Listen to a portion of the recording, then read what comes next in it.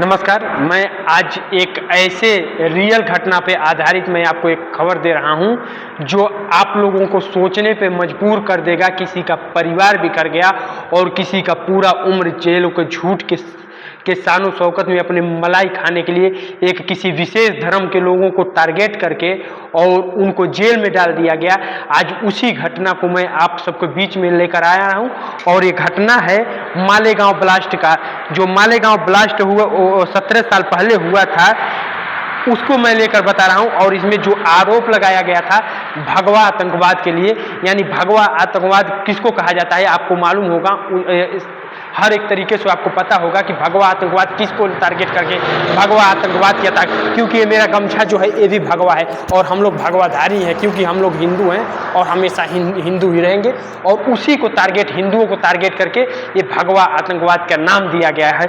और इसका जीता जागता उदाहरण है आज 17 साल बाद अभी फैसला आया है। इसमें देखिए कैसे हमारे हिंदू धर्मों को लेकर प्राणातिश किया गया और इन लोगों को जेल में 17 साल काटा गया है। इनको पूरा खबर आपको बता रहा हूं, ये देख लीजिए, आपके स्क्रीन पे है।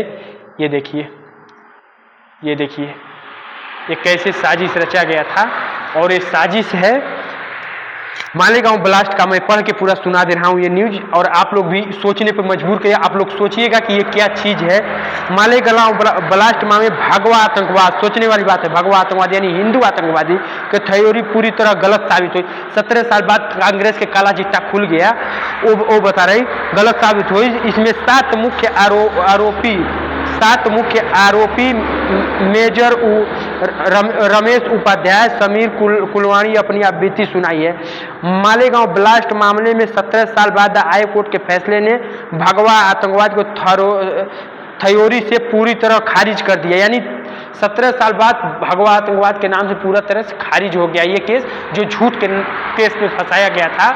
और उस पर और भी है, उसके बाद से खारिज किया गया। 31 जुलाई 2025 को एनआईए कोर्ट ने इस केस के सभी 7 आरोपियों को बाइज्जत बरी कर दिया गया है, जिनमें से पूर्व बीजेपी सांसद Sadhvi Pragya Thakur, lieutenant colonel Prasad Purohit, retired major Ramesh Upadhyay, Sameer कुनर्जी शामिल थे। मालेगांव ब्लास्ट में 7 आरोपियों रमेश और समीर कुनर्जी ने बताया कि कैसे उनको एटीएस ने पहले झूठे केस में फंसाया और फिर हिंदू नेताओं के नाम लेने के लिए प्राइवेट पार्ट में करंट, सोचिए हिंदू नेताओं के यानी योगी आदित्यनाथ का और आरएसएस मोहन भागवत जी का नाम लेने के लिए उनके प्राइवेट पार्ट में करंट लगाया। कितना ये घटिया साजिश था कांग्रेस का हमारे हिंदू धर्म के लिए, कितना घटिया साजिश। और इसका मैं दिखा रहा हूँ, साबुत के साथ दिखा रहा हूँ। ये देखिए, ये न्यूज कोई गलत नहीं है। उसके बाद से प्राइवेट पार्ट में करंट दिया गया, जबरन मांस खिलाना, जनेऊ यानी सोचिए जनेऊ तक निकाल दिया। जनेऊ, धार्मिक ग्रंथों को पैरों से कुचलना, पत्नी बेटों को नंगा कर और रेप की धमकी देकर प्रेरित किया गया। सोचिए कितना निर्दयी कांग्रेस की शासन था।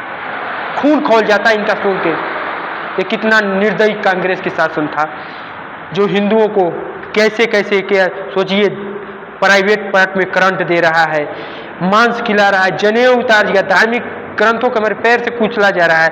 उसके बाद मालेगांव केस के आरोपी रही साध्वी प्रज्ञा ठाकुर को भी तनाव से गुजरना पड़ा। उन्होंने कई बार सार्वजनिक रूप से दर्द को साझा किया है।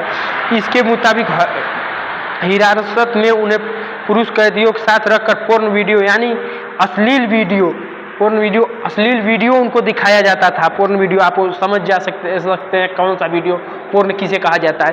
वो वीडियो दिखाया जाता था। उनके साथ भद्दी कमेंट किए जाते थे, सवाल किए जाते उनके लक्षण पे, क्योंकि वो साध्वी के भेष में रहती थी।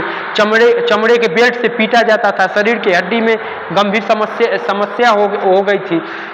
रीढ़ की हड्डी में गंभीर समस्या हो गई थी। इन यातनाओं के कारण उन्हें कैंसर और न्यूरो संबंधित बीमारियों हो गई थी। हालत ऐसी हो गई थी कि उन्हें वेंटिलेटर पे रखना पड़ा था। सोच लो कितना घटिया कांग्रेस की सरकार थी हमारे देश के लिए और हमारे खासकर हिंदू धर्मों के लिए। कितना घटिया हुआ ये कांग्रेस की सरकार थी। आप लोगों को सुना, कान से खून आने आ जाए, इसको रियली पूरा सुन के जाइएगा।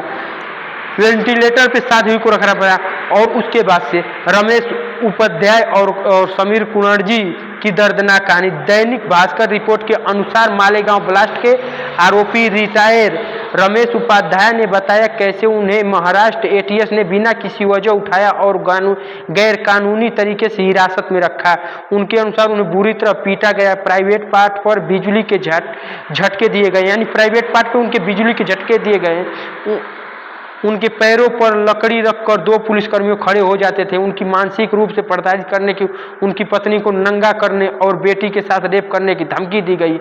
वारे कांग्रेस की घटिया हरकत, सोच लीजिए आप लोग। इस पे कांग्रेस, हमारे देश में राजनीति जूता मार के निकाल देना चाहिए कांग्रेस को, खून खौल जाता है कांग्रेस पे।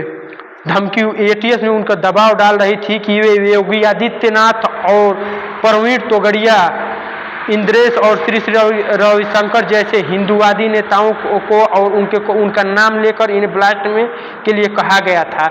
यानी उनका नाम लेकर इनके ऊपर दबाव डाल के झूठ के केस में फंसाने के लिए इनके पे दबाव डाला गया था। इनको प्राणतांता किया जा रहा था, प्राणित किया जाता था कि आप योगी आदित्यनाथ के, प्रवीण तोगड़िया का, मोहन भागवत का, हिंदूवादी नेताओं का नाम ले लीजिए कि वो भी इस केस में आके फंस जाए और उनको भी जेल हो, उनको भी फांसूली पर चढ़ाया जाए। यार एक कांग्रेस की घटिया हरकत।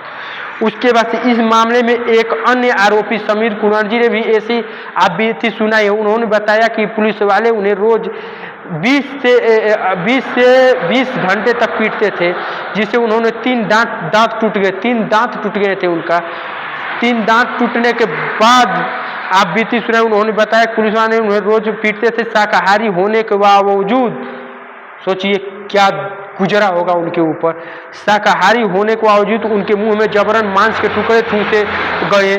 समीर ने बताया कि एटीएस अधिकारी उनके साथ धार्मिक ग्रंथ जैसे गीता, हनुमान चालीसा और उनके सामने फाड़ा और जनेऊ को उतारकर पैरों से कुचल दिया। इन अत्याचारों का मकसद उन्हें मनचाही गवाही दिलवाना था। सोच लीजिए, मनचाही गवाही देने के लिए कितना घटिया हरकत के थे। कांग्रेस और हिंदू आतंकवाद की साजिश। यह स्पष्ट है कि पूर्व मामला तत्कालीन कांग्रेस की सरकार एक सुनियोजित साजिश व बायोरोटी को आवासीय मणि ने अपनी किताब में हिंदू टेरर में खुलासा किया कि वो गवाहों और आरोपियों को बयान के बात सामने आई कि कांग्रेस के तत्कालीन सरकार के इशारों पर एजेंसियों ने हिंदू नेताओं को फंसाने के लिए और लोगों को दबाव बनाया। सोच रहे हो ना, तो देख लो आपके पास है। मैं पूरा ये आपके पास इसमें डिस्क्रिप्शन में मैं आपको वीडियो में डाल दूंगा फंसाने के लिए। गौरतलब है कि मुंबई की स्पेशल एनआईए कोर्ट के जज ए.के.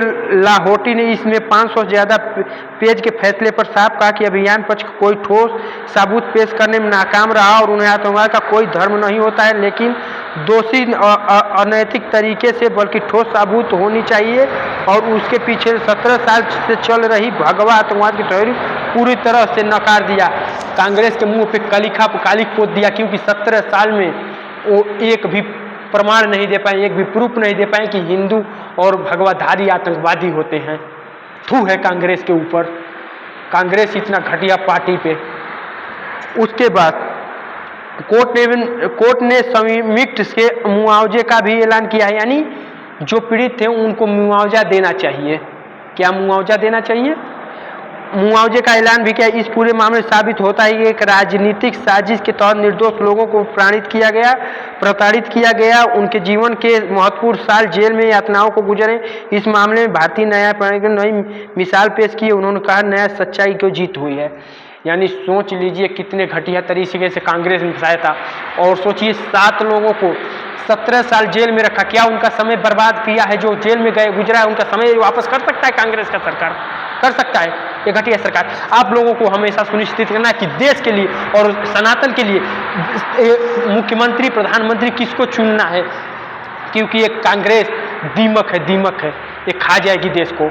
और देश के लिए कितना घातक है आप लोग इससे देख सकते हैं, क्योंकि भगवा आतंकवाद का कोई आज तक तो ये होता है कि कोई धर्म नहीं होता, लेकिन एक हमारे सनातन धर्म को टारगेट करके ये जो कहानी गढ़ी गई थी, इससे धिक्कार है कांग्रेस पे। और कांग्रेस को देश में चुनाव लड़ने का अधिकार ही छीन लिया जाना चाहिए कि कांग्रेस इतना जो देश में घटिया हरकत कर रही है उसको सरकार चलाने का और चुनाव लड़ने का अधिकार ही नहीं चलाना चाहिए और उसका पार्टी को निरस्त कर देना चाहिए हमेशा के लिए। इस पे आप लोगों का क्या राय है कमेंट में जरूर बताइएगा आप लोगों को। और वीडियो अच्छा लगे तो ज़्यादा से ज़्यादा शेयर कीजिएगा। और ये जो मैं न्यूज़ से जिस पे आपको सुनाया हूँ इसका पूरा डिटेल डिस्क्रिप्शन में डाल दूंगा, आप लोग पढ़ लीजिएगा, उसके बाद से आगे शेयर कर दीजिएगा। जय हिंद, वंदे मातरम।